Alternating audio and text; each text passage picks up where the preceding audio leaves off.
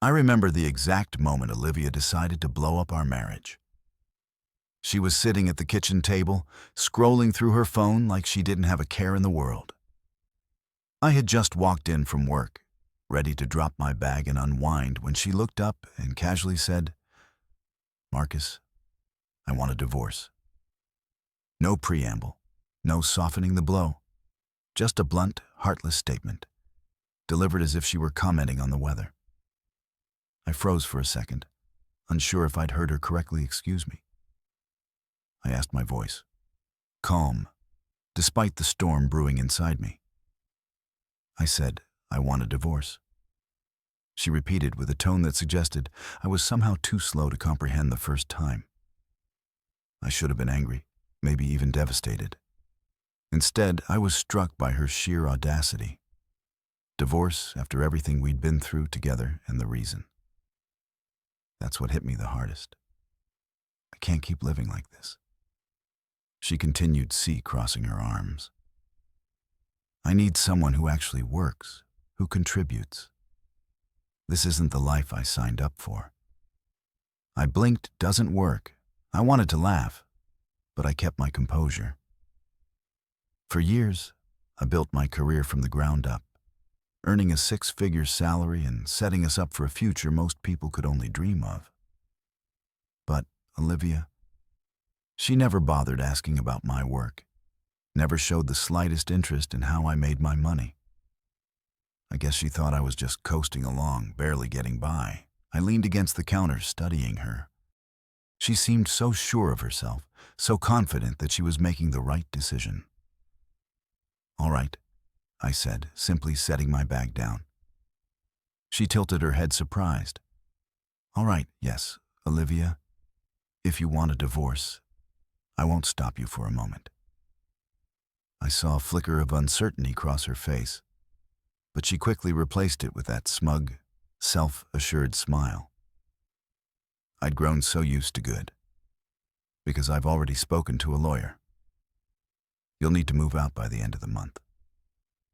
Move out of my house. The nerve of this woman was almost comical, but I didn't argue. If she wanted me gone, I'd leave for now. "Fair enough," I replied. Turning to head upstairs, I could feel her eyes on me, waiting for me to explode, to beg to argue, but I gave her nothing. In the privacy of our bedroom, I sat on the edge of the bed and let the situation sink in. This wasn't about divorce. This was about power. Olivia wanted to feel in control, to paint me as the failure in our relationship. And maybe she thought she could guilt me into fighting for her, pleading for a chance to win her back. But she didn't know me as well as she thought she did. The days that followed were a masterclass in passive, aggressive behavior. Olivia suddenly had a lot to say about everything from how I folded the laundry to the way I spent my evenings. She criticized my hobbies, my habits, even the way I brewed my coffee. It was as if she were trying to justify her decision by turning me into the villain. And then there was Brian, my so-called best friend. At first, I didn't think much of the way she kept mentioning his name. Brian said this, or Brian suggested that. But soon it became clear he was more than just a friend in her eyes. I didn't confront her. I wasn't ready to tip my hand. Instead, I let her think she was in control. I let her believe I was the passive, clueless husband who wouldn't see what was happening right under his nose. One evening, as I packed a suitcase with a few essentials, Olivia leaned against the doorframe, arms crossed and a smirk on her face. "So have you figured out where you're going to stay?" she asked, her voice dripping with condescension. I zipped up the bag and turned to face her. "Don't worry about me, Olivia. I'll be just fine." She huffed, clearly annoyed by my calm demeanor. "Good, because Brian and I are planning a dinner party here next weekend. It'd be awkward if you were still hanging around dinner party in my house with my best friend." The gall was almost impressive. "Don't worry," I said, shouldering the back. "I'll be gone long before." As I walked past her, I caught a glimpse of her smug smile. She thought she'd W. She thought I was slinking away in defeat. But what Olivia didn't realize was that she had just hand-handed me the match to light the fuse. If she wanted to burn everything down, I was going to let her, and then I'd watch as the flames consumed her and Brian both. Sometimes the best revenge isn't shouting or fighting. It's silence. It's patience. It's letting the other person dig their own grave while you quietly prepare to bury them in it. And trust me, I was just getting started. Betrayal is an insidious thing. It doesn't announce itself with fanfare or fireworks.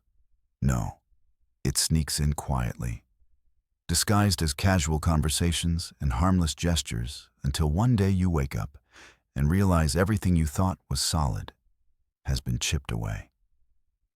Olivia's request for a divorce was the first crack. What followed was the steady crumble of everything I thought I knew about her and Brian. Yes, Brian, my best friend, or at least the man who had held that title for years. I should have seen it coming. But hindsight is a cruel companion. At first it was subtle. Olivia started mentioning Brian's name more often than usual. Brian said this, or Brian recommended that she'd say casually over dinner. I nod, not thinking much of it. After all, he was a close friend to both of us. But as the weeks went on, his name slipped into our conversations more frequently, and with a certain warmth that made my stomach twist. The first real red flag came on a Saturday afternoon. Olivia had just come back from one of her lunches with Brian. She was laughing, her cheeks flushed in a way I hadn't seen in years. When I asked what was so funny, she waved me off with a dismissive, "Oh, it's just something. Brian said you wouldn't get it. I wouldn't get it." Since when had I been on the outside of our marriage? Looking in, the answer I realized was far earlier than I'd cared to admit. I started noticing more the texts she'd type with a sly smile and quickly lock her phone, the way she'd suddenly dress up more whenever she had plans with Brian, the excuses about how they were just friends or how I was overthinking things. Overthinking. That's the favorite word of every guilty person trying to shift the blame. I still didn't confront her, though. What would have been the point? She'd only deny it, spin the narrative to make me look like the paranoid husband who couldn't handle her having male friends. So I let her think I was blind, too preoccupied with my own life, to notice hers unraveling. The real blow came when Brian showed up at my house uninvited. I was in the middle of packing, fitting my life into suitcases, as Olivia had so graciously requested. When I heard the doorbell opening it, I was met with Brian's ever-confident grin. He strolled in without waiting for an invitation.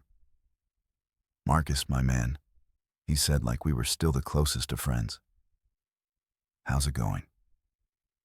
I stared at him, every ounce of patience, and my body strained to its limits. "What do you want, Brian?" I asked, keeping my voice. Even he leaned against the wall, all nonchalance and charm. "Just checking in.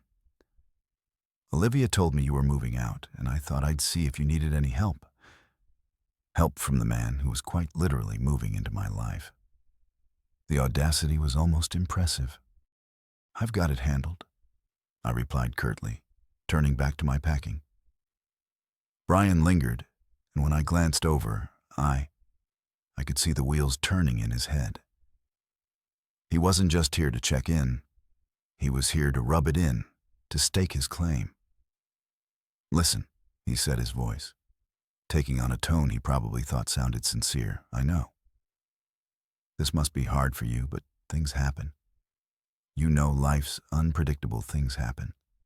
I echoed, turning to face him fully. I took a slow step closer, forcing him to meet my eyes.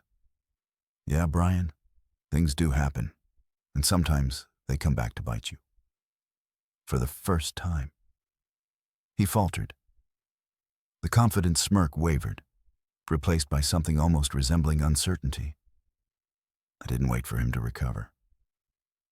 I turned back to my suitcase, effectively dismissing him. "You've always been a cool guy, Marcus," he said awkwardly, retreating toward the door. "No hard feelings, right?" I didn't respond.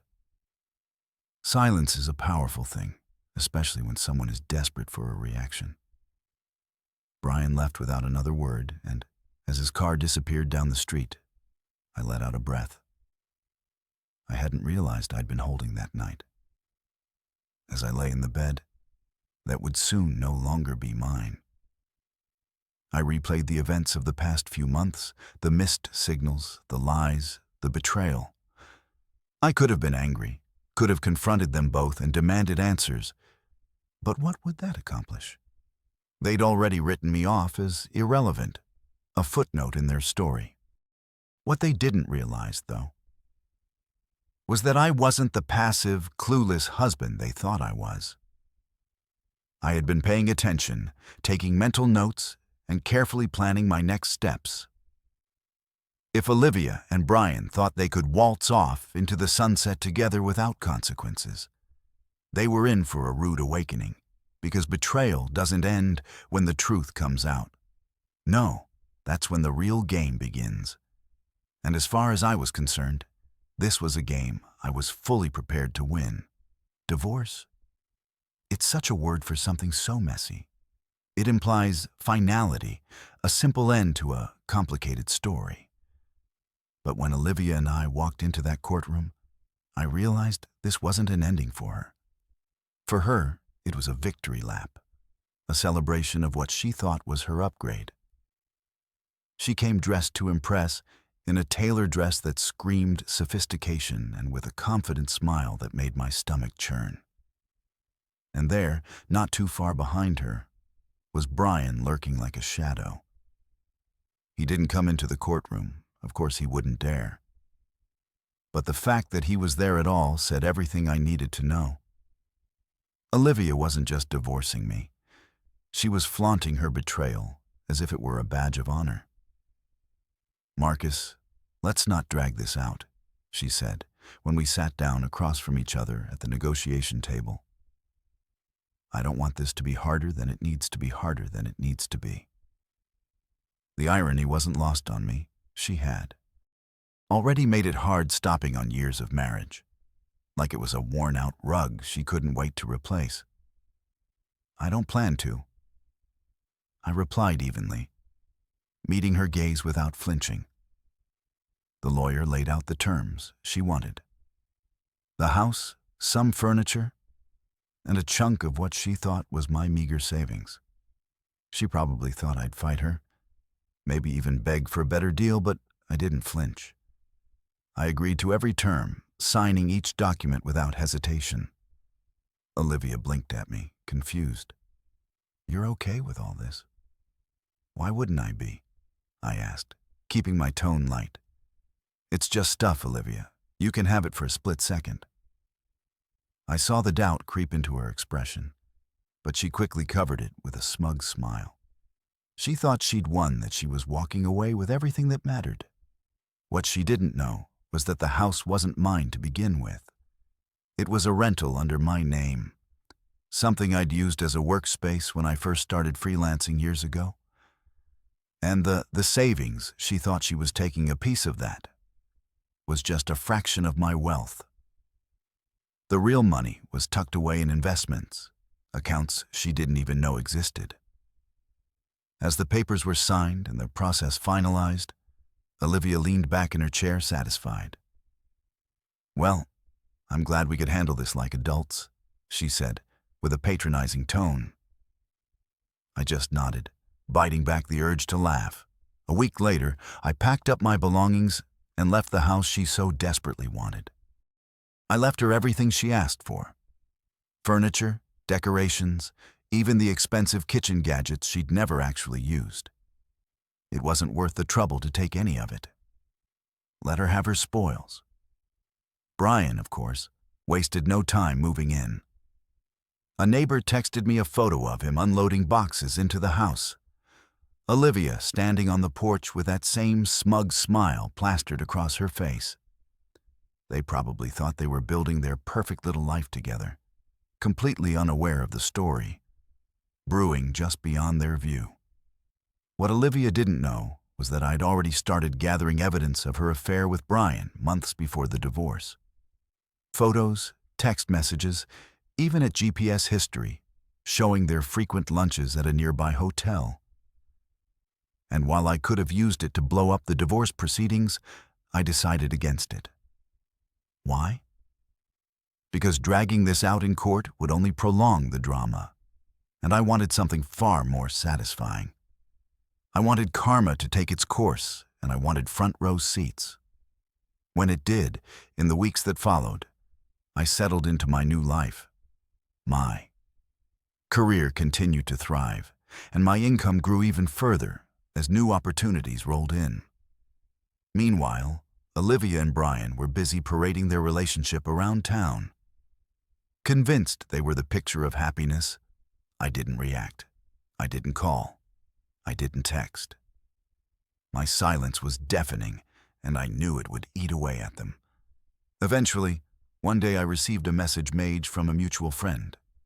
Marcus, did you know Olivia is throwing a housewarming party? She and Brian are really leaning into this whole thing. I just chuckled to myself. Of course they were. Olivia was the type who needed validation from others, who thrived on the illusion of success. She didn't realize that her shiny new life was built on a foundation of lies, and that foundation was already starting to crack. As I sat in my new apartment that evening, looking out over the city skyline, couldn't help but feel a sense of peace. Olivia thought she'd won, but she had no idea what she'd really lost. And Brian? Well, he was about to learn that taking something that wasn't his came with a price. I wasn't rushing. Revenge, after all, is a dish best served cold, and I was just getting started. I'm not sure what Olivia expected when she and Brian decided to make their affair official. Maybe she envisioned a picture-perfect life, complete with weekend brunches, romantic vacations, and the glow of a new relationship.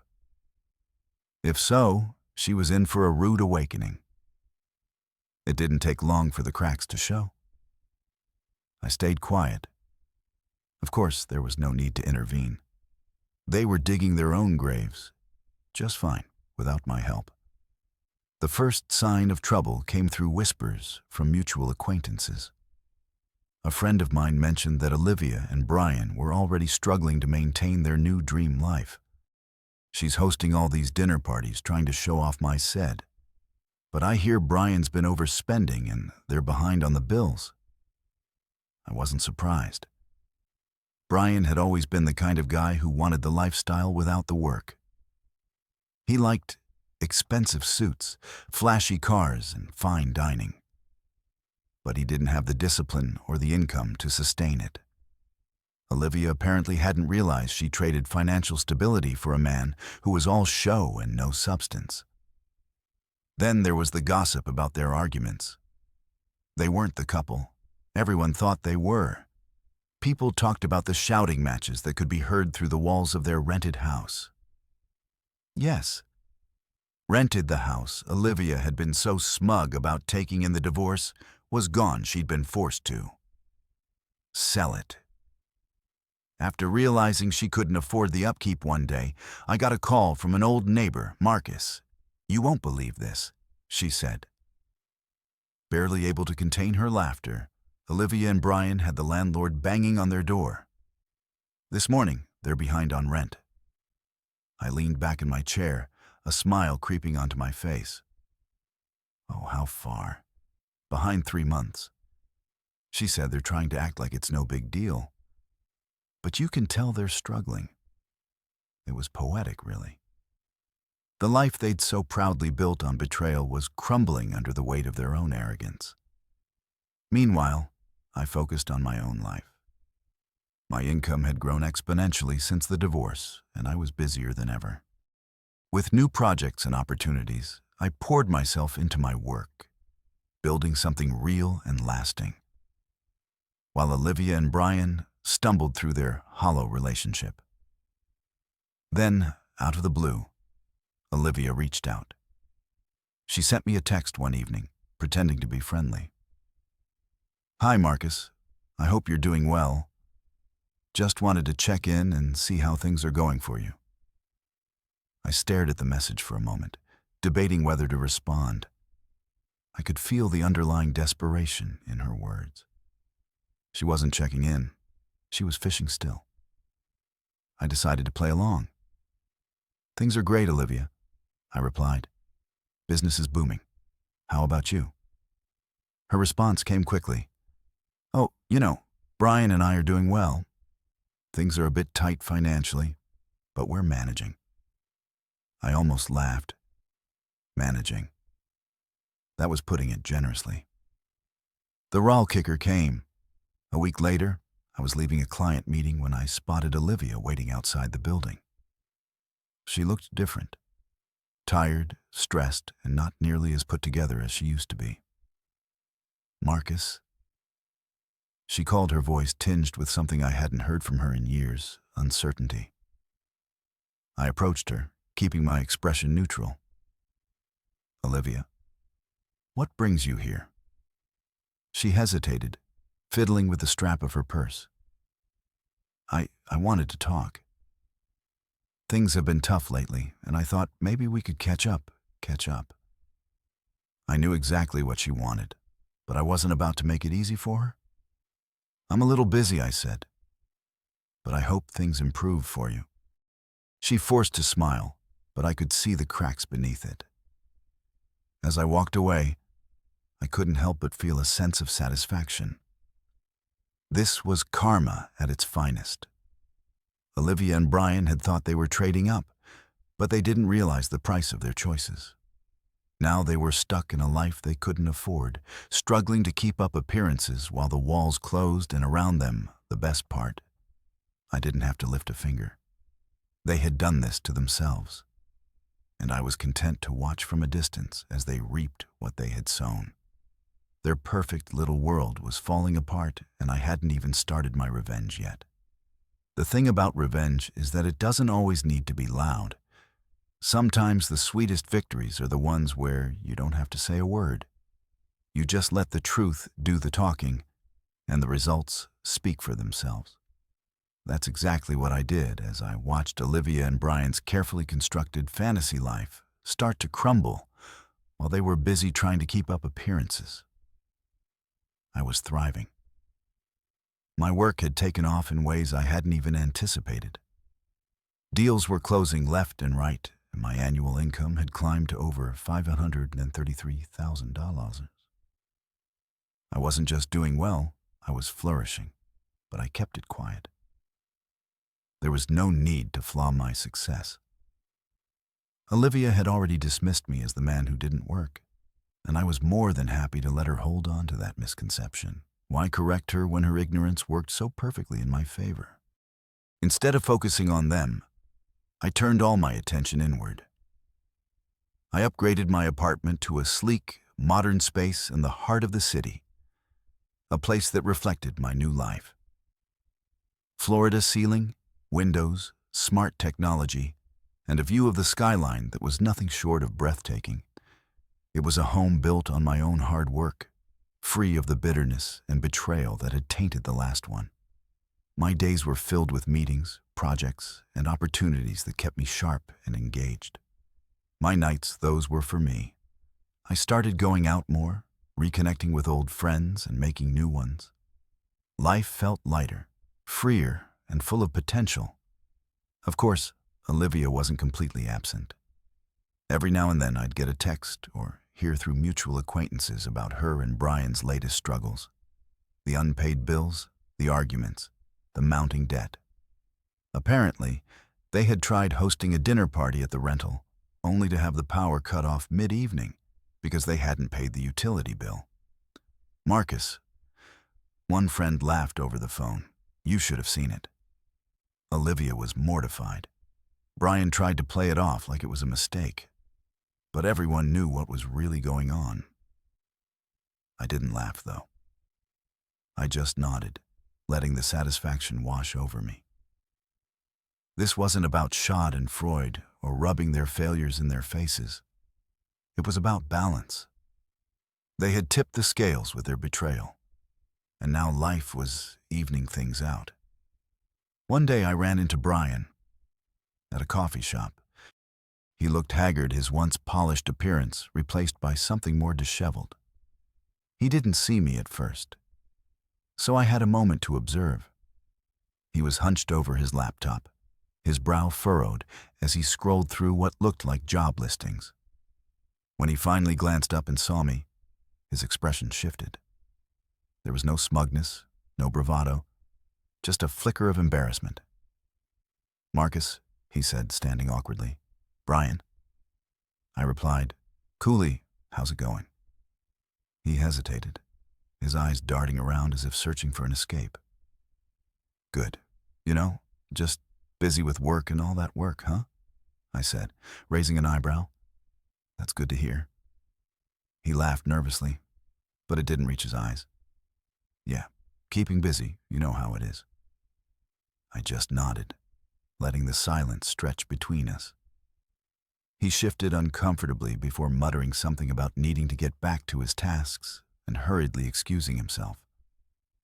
That encounter told me everything I needed to know. Brian was struggling, and Olivia's perfect new life wasn't as perfect as she'd hoped. As the weeks went by, the messages from Olivia became more frequent. They were vague at first, just checking in or "hope you're doing well," but I knew what they really meant. She was testing the waters, trying to gauge if I'd be open to helping her out. I ignored most of them. The few I did respond to were short and polite, giving her nothing to work with. It wasn't long before her messages became more direct. "Marcus, I know we've had our differences, but I could really use a friend right now, a friend." The irony wasn't lost on me. She had discarded me, like yesterday's news. But now that her shiny new life was falling apart, she wanted a lifeline. I didn't respond, not out of spite, but because I didn't know her anything. Olivia had made her choices, and now she was living with them. My silence spoke volumes while she and Brian scrambled to keep their heads above water. I was soaring. Opportunities kept coming. My investments were thriving, and my life was filled with peace and purpose. I didn't need to confront Olivia or Brian. I didn't need to shout, accuse, or demand apologies. My success, my happiness, that was my revenge, and the best part. They knew it. They saw it in every ignored message, every passing rumor about my success, and every encounter where I walked away with my head held high while they scrambled to pick up the pieces. This wasn't just about getting even. It was about proving to myself that I could rise above it all. And I had quietly, confidently, completely the downfall of. Olivia and Brian wasn't an explosion. It was a slow, crumbling mess of their own making. I watched it unfold from a distance, hearing bits and pieces from mutual acquaintances and seeing the occasional post on social media. Each new update painted a clearer picture.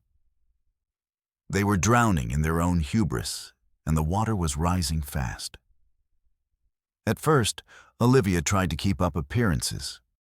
She continued to post pictures of her and Brian at fancy dinners, vacations that looked far more luxurious than they likely were, and snapshots of their perfect life. But the cracks were starting to show. The dinners became less frequent, the vacations non-existent, and the smiles in their photos began to look forced. Then came the whispers. People started noticing that Olivia wasn't as put together as she used to be her. Once, perfect hair and designer clothes were being replaced by cheaper alternatives. Brian, the ever-flashy showman, was now recycling outfits he used to wear only once. It wasn't long before the gossip turned into direct updates. One day a mutual friend called me with the news. "Marcus, you'll love this," she said, barely containing her laughter. Olivia and Brian are in some deep trouble. Apparently, they're months behind on their rent. I raised an eyebrow, surprised, but not shocked. Rent. I thought they owned that house, not even close. She said they've been renting it this whole time. Word is, they're on the verge of being evicted. I let out a small chuckle. It was poetic justice, really. Olivia had fought so hard to take that house in the divorce, only to find out she couldn't afford to keep it. The financial troubles didn't stop there. Another friend mentioned that Brian had been laid off from his job. He was still pretending to have everything under control, but it was clear he was scrambling. Olivia, for all her complaints about me not working, had never held a real job herself. Now, faced with mounting bills and no income, their perfect life is falling apart. One evening, as I sipped my coffee and scrolled through emails, I got a text from Olivia. "Marcus, I really need to talk to you. It's important." I stared at the message for a long moment before typing a response. "Is everything okay?" Her reply came almost instantly. "Not really. Brian and I are going through a rough patch, and I was wondering if you could help just a little loan to get us through a loan for me." I couldn't help but laugh at the iron she had left me, ridiculed me, and flaunted her new relationship with Brian. And now she wanted my help. "I'm sorry to hear that," I replied, "but I'm afraid I can't help. I'm sure you figure it out." Her response was slow this time, and I could almost feel the frustration through the screen. "Marcus, please, just this once, you don't have to make it a big deal." I didn't bother responding. There was nothing more to say. Olivia and Brian had made their bed, and now they were lying in it. The next piece of news came a week later. Olivia and Brian had officially been evicted. The landlord, apparently tired of their excuses, had given them a hard deadline, and they hadn't been able to meet it. They were forced to move into a tiny rundown apartment on the outskirts of town. Marcus, I wish you could see it. I wish you could. The same mutual friend told me over the phone. It's such a far cry from the life they were pretending to have. Olivia's barely holding it together, and Brian looks like he's aged 10 years. I didn't gloat. I didn't need to. Their downfall wasn't about me. It was about the consequences of their own choices. Olivia had traded a life of stability and support for a fantasy that couldn't withstand reality. And Brian, well, he was reaping exactly what he'd sown. But the most telling sign came during another unexpected encounter. I ran into Olivia at a grocery store, her cart filled with store-brand essentials. She looked up, saw me, and froze. "Marcus," she said, her voice shaky. "Olivia," I replied, keeping my tone neutral. She opened her mouth as if to say something, but no words came out. She looked defeated, the confident, smug woman who had demanded a divorce and flaunted her affair was nowhere to be found. "I hope you're doing well," I said, breaking the silence. She nodded quickly, her eyes darting away. "You too?" she mumbled before pushing her cart down the aisle. As I watched her walk away, I couldn't help but feel a strange mix of emotions. Satisfaction, yes, but also pity. Olivia had made her choices, and they had led her here.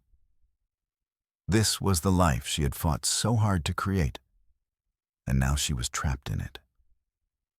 I didn't need to say or do anything to make her regret what she'd done. Life had already taken care of that for me. And as I walked out of the store that day, I realized that sometimes karma doesn't need a push. It just needs time. It wasn't long before everything came to a head. I knew it was coming. It was inevitable. People like Olivia and Brian don't handle consequences well. When their carefully constructed illusion of success starts to crumble, they lash out, looking for someone to blame or someone to bail them out. One morning, as I was finishing up a client call, My phone lit up with a number I hadn't saved, but I knew it, Olivia. For a moment I considered letting it ring out, but curiosity got the better of me. I picked up, keeping my tone calm. Marcus, speaking. Her voice was tense, on the verge of cracking. Marcus, we need to talk. I sighed, leaning back in my chair. About what, Olivia? There was a pause, as if she were trying to find the right words, about everything about Brian, about us. I raised an eyebrow, though she couldn't see at us. The nerve of this woman, Olivia. There is no us. That ended the day. You handed me divorce papers. What's this really about? She hesitated again, her voice lowering. We're struggling, Marcus. Things haven't been easy since everything happened. I just thought maybe we could talk. Maybe you could help there. It was the real reason for her call, help with what I asked. Feigning ignorance financially, she admitted, her tone filled with forced humility, just a loan to get us back on our feet. I couldn't help but let out a laugh. Olivia, you left me because you thought I wasn't good enough, that I didn't work hard enough or make enough money for you, and now you want me to fix the mess. You made her voice sharpened, defensiveness creeping in. You don't understand, Brian, and I just hit a rough patch. I cut her off. Olivia, you made your choice. You left me for Brian. You thought he was the better option, and now you want me to clean up after you. Not a chance. She started to protest, but I didn't let her. You wanted to be free, Olivia. Free of me, free of my lack of ambition. So, enjoy that freedom. I have no interest in being your safety net. I hung up before she could respond. The next encounter wasn't over the phone, it was in person. A week later, Olivia showed up at my office on an ed. She looked frazzled, her once polished appearance replaced by something much more desperate. Marcus, she said, as she stepped into my office, ignoring my assistant attempts to stop her. We need to talk. I leaned back in my chair, folding my arms. You've got 2 minutes. Make it count. She launched into a tirade about how difficult things had been for her and Brian, how the world had been unfair to them, and how she was only asking for a small favor. Olivia, I interrupted. You made your decisions. You left me for Brian, thinking you were upgrading your life. How's that working out for you? Her face flushed anger and embarrassment, mixing in her expression. Marcus, I know I hurt you, but you don't have to be so cruel. I thought you were. Better than this. Better than this. I laughed. You thought I was a failure, Olivia. You thought I wasn't good enough. Now you're here begging me for help because your perfect life isn't so perfect. After all, I owe you nothing.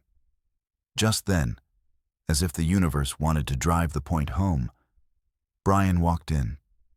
He must have followed her because his timing was too perfect to be coincidental.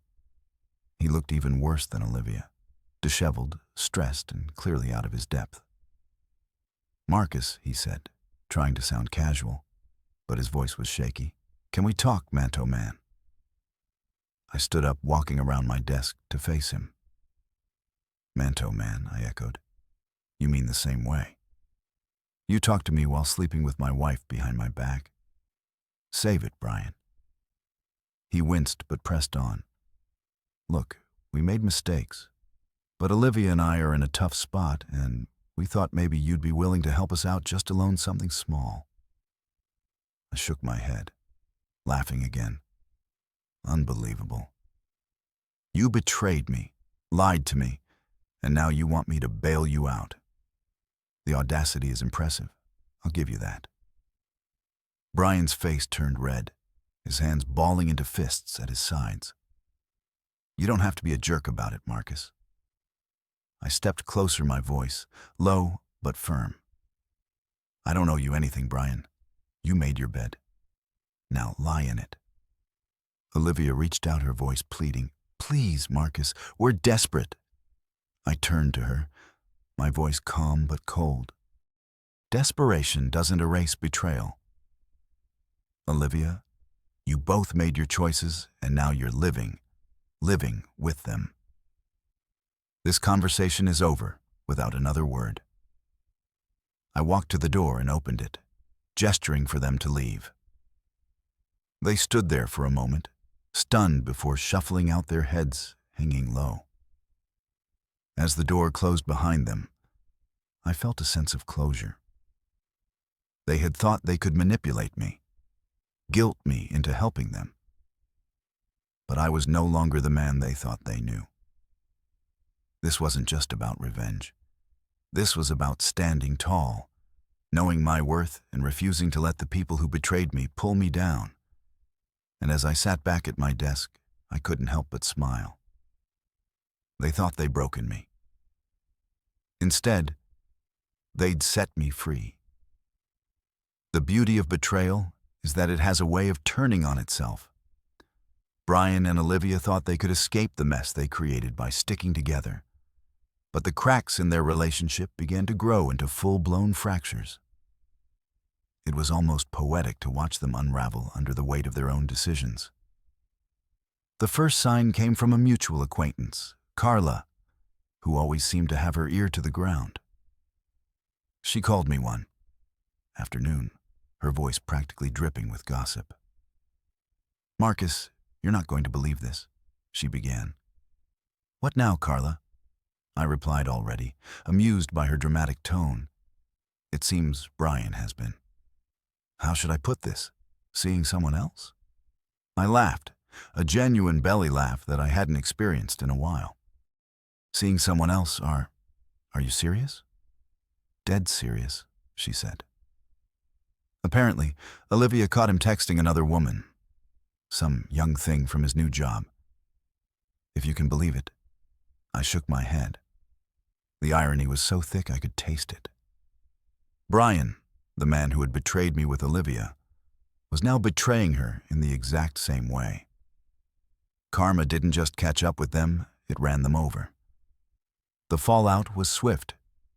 Olivia, who had always been so smug and self-assured, was now the one blindsided. From what I heard, she confronted Brian in a spectacularly public fashion. Screaming at him in the middle of a cafe, he tried to brush it off. Carla continued relishing every detail, said it wasn't a big deal, and Olivia completely lost it. She threw her coffee at him. I could almost picture it. Olivia, who had once gloated about leaving me for a better man, now reduced to throwing lattes in public. It was almost too good to be true, but it didn't stop there. The woman Brian had been texting wasn't just a random fling. She was someone he had met at his new job, and she was everything. Olivia wasn't young, carefree, and completely uninterested in settling down. Brian, being the impulsive idiot he was, had convinced himself she was worth risking everything. For Olivia, of course, didn't take the betrayal quietly. She demanded answers, demanded Brian fix the mess he created. But Brian was Brian, and fixing things was never his strong suit. Instead, he doubled down, blaming Olivia for their financial troubles and accusing her of being too demanding. Their arguments became the talk of the town. Neighbors reported hearing shouting matches late into the night, and more than one friend told me about awkward encounters where Olivia would burst into tears mid-conversation. At one point, Brian moved out, leaving Olivia in their dingy apartment with no way to pay the rent. She called me again during this time, her voice shaking with anger and desperation. "Marcus," she started, not bothering with pleasantries, "you were right about Brian. He's a liar and a cheat, and I can't believe I trusted him." I leaned back in my chair, letting her rant. I could have offered her sympathy or said something concilio. But where was the fun in that, Olivia? I said after she paused for breath. "You made your choice. You chose Brian over me, thinking he was the better man. How's that working out for you?" She was silent for a moment, and I could hear her breathing hard on the other end of the line. Finally, she muttered, "I don't need your lectures, Marcus. I need your help." "No," I replied firmly. "What you need is to learn to live with the consequences of your decisions." She hung up on me after that. From what I gathered later, Brian didn't come back. He moved in with his new girlfriend, who eventually realized he was just as unreliable as Olivia had. Last, I heard he was couch surfing, unable to hold down a job or a relationship. Olivia, on the other hand, was left to pick up the pieces of her shattered life. She had no job, no savings, and no one left to turn to. Her family had distanced themselves from her, tired of her constant drama, and even her friends had started to drift away. The very life she had fought so hard to build with Brian had turned to ash and I. I didn't have to lift a finger. Karma had done all the work.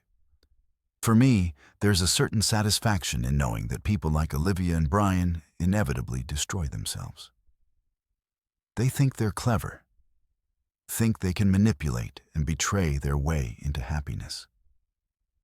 But life has a way of humbling them. And while they were busy tearing each other apart, I was thriving, my work was flourishing, my life was peaceful, and my future was brighter than ever. The best revenge, they say, is living well. And by that measure, I had won. The funny thing about hitting rock bottom when you're the one betrayed, humiliated, and discarded is that you find out just how resilient you really are. For me, the divorce wasn't the end. It was the beginning, a fresh start disguised as devastation. Olivia and Brian had burned the bridge behind them, but I was already building a better one ahead. After the divorce, I made one promise to myself. I wouldn't let their betrayal define me. I would rise above it, not just for the sake of revenge, but for the sake of my own peace. And that's exactly what I did. The first step was investing in myself. I upgraded my apartment to a sleek penthouse in the heart of the city. Florida ceiling windows, minimalist furniture, and a view that reminded me every day how far I'd come. It wasn't just a place to live. It was a statement, a symbol of my new life. My career, already stable, began to flourish in ways I hadn't imagined. Freed from the stress of Olivia's constant criticisms and Brian's backstabbing, I threw myself into my work with renewed focus. Clients noticed new contracts poured in. My annual income skyrocketed, hitting $513,000 and climbing. And then there were the unexpected opportunities.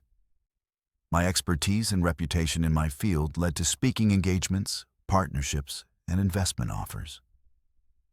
Every success felt like a quiet victory, a reminder that I was more than the man Olivia had underestimated. Socially, I began to rebuild as well. Old friends who had drifted away over the years reconnected. New friends entered my life. People who appreciated me for who I was not, what they could gain from me. I started attending events, networking with like-minded individuals, and even taking the occasional weekend trip just for fun. But the most significant change was internal. I learned to value myself in ways I never had before. For years, I had poured so much energy into keeping Olivia happy, trying to meet her impossible standards, that I had lost sight of my own worth. Now I was reclaiming it. Therapy helped too. I won't pretend I did it all on my own. Talking to someone impartial, someone who could help me process the betrayal and the lingering anger, was invaluable. My therapist once told me, "Marcus, you're not responsible for other people's choices. You're only responsible for how you respond to them." Those words became my mantra. And then there was my creative side. I'd always dabbled in writing and photography, but now I had the time and energy to take it seriously. I started a blog, part personal journal, part professional insights that quickly gained traction. People resonated with my story of rebuilding, of turning pain into progress. Every now and then, I'd hear whispers about Olivia and Brian. Their downward spiral had become something of a cautionary tale among our old circle of friends. The latest updates were always the same. More debt, more drama, and more regret. Marcus, a mutual friend, once said over coffee, "I don't know how you're so calm about all this. If I were in your shoes, I'd be furious." I shrugged. What's the point? They're living their karma. I don't need to add to it. And it was true. Watching them flounder while I thrived wasn't just satisfying. It was liberating. I didn't need to change, chase revenge, or wallow in resentment. I was too busy living.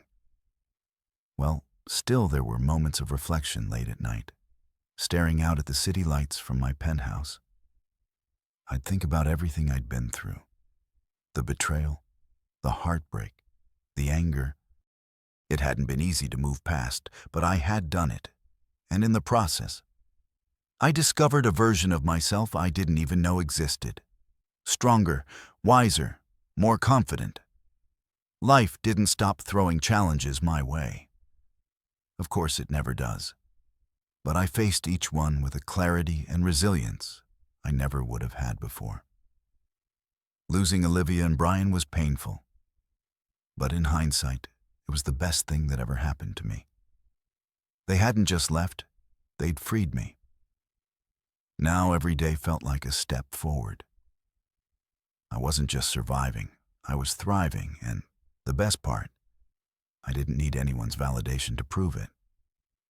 I had built a life I was proud of, surrounded by people who valued me and filled with opportunities that excited me. My world was brighter, bigger, and better than anything Olivia and Brian could have imagined, and, as far as I was concerned, the chapter with them was closed. This was my story now, and I was writing it exactly the way I wanted.